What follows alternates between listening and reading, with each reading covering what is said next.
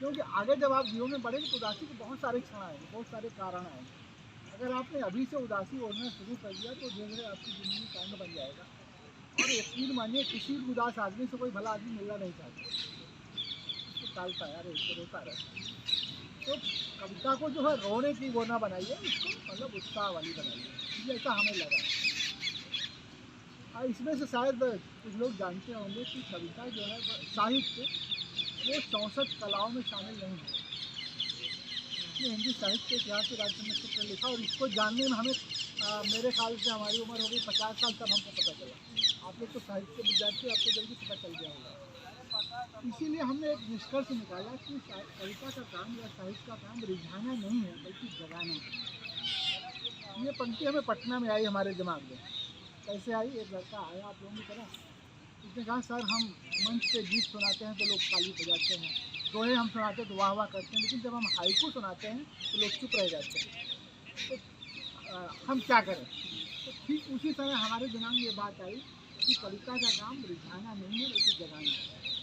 कविता क्योंकि कला नहीं है, इसीलिए सारी कलाएं देखिए रिझाती हैं। संगीत को ले लीजिए, आर्ट कला को ले लीजिए, जो भी कला आपकी है सब रिझाती हैं आपको। सिर्फ और सिर्फ साहित्य आपको जगाने का काम करता है। इसीलिए साहित्य की बात जो है वो सारी कलाओं से ऊपर है, और इसीलिए कला में शामिल नहीं है। ठीक है। एक बात प्रेमचंद की हमें बहुत अच्छी लगी, इसलिए ये भी अब आप समझिए कि हम साहित्य के विद्यार्थी रेगुलर कभी रहे नहीं, हम तक की पढ़ाई की, तो हम धीरे धीरे अब बुढ़ापे में कहीं सब सीख रहे हैं धीरे धीरे, तो वो हम आपको शेयर करेंगे।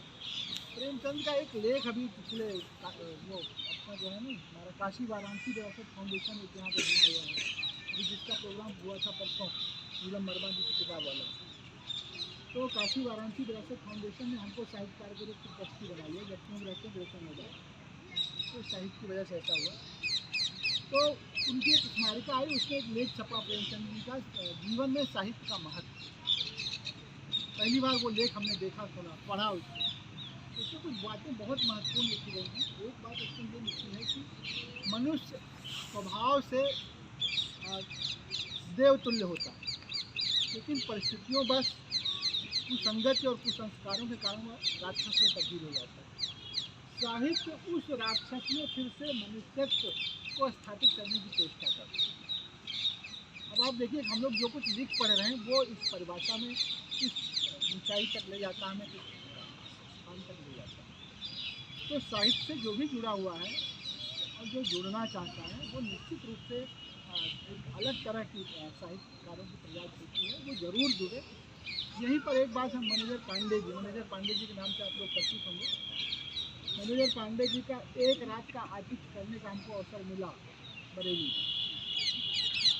तो एक जगह हम लोग जा रहे थे, किताब का बेहतर था, तो रास्ते में हम आप लोगों को बच्चों को बता दें कि हमने जो साहित्य सीखा है वो यूँ ही नहीं सीखा।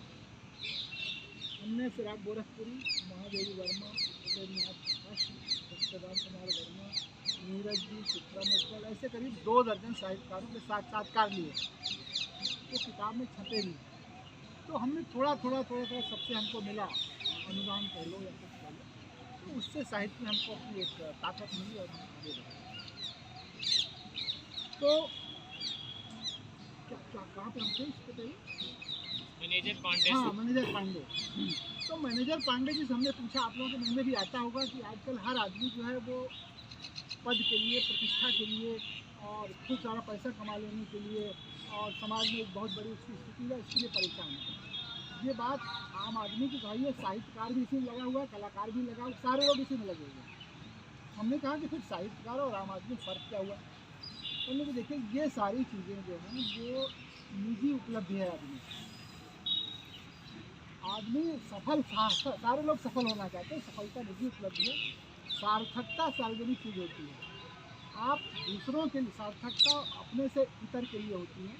तो आप जितना ज़्यादा दूसरों के लिए सार्थक होते जाएंगे, समाज में आपकी प्रतिष्ठा भी बढ़ेगी, आपको सम्मान भी मिलेगा, आपका जीवन सार्थक होगा। इसलिए आप देखिए इस पूरे अपने समुदाय में, समाज में जितने भी बड़े लोग कथित रूप से या जो कहिए कहीं से बड़े लोग हुए, वो वही हुए जिन्होंने अपने बारे में कम दूसरों के बारे में जाना।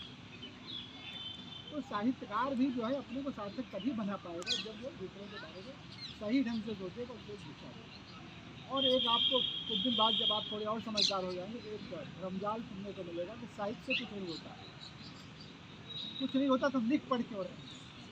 साहित्य से बहुत कुछ होता है, लेकिन हम उसका आकलन नहीं कर पाते। आज जैसे हम आपको ये बातें बता रहे हैं, इसमें से एक बात भी अगर आपके दिमाग में टिकती है तो आपको बदल देगी पूरी तरह से।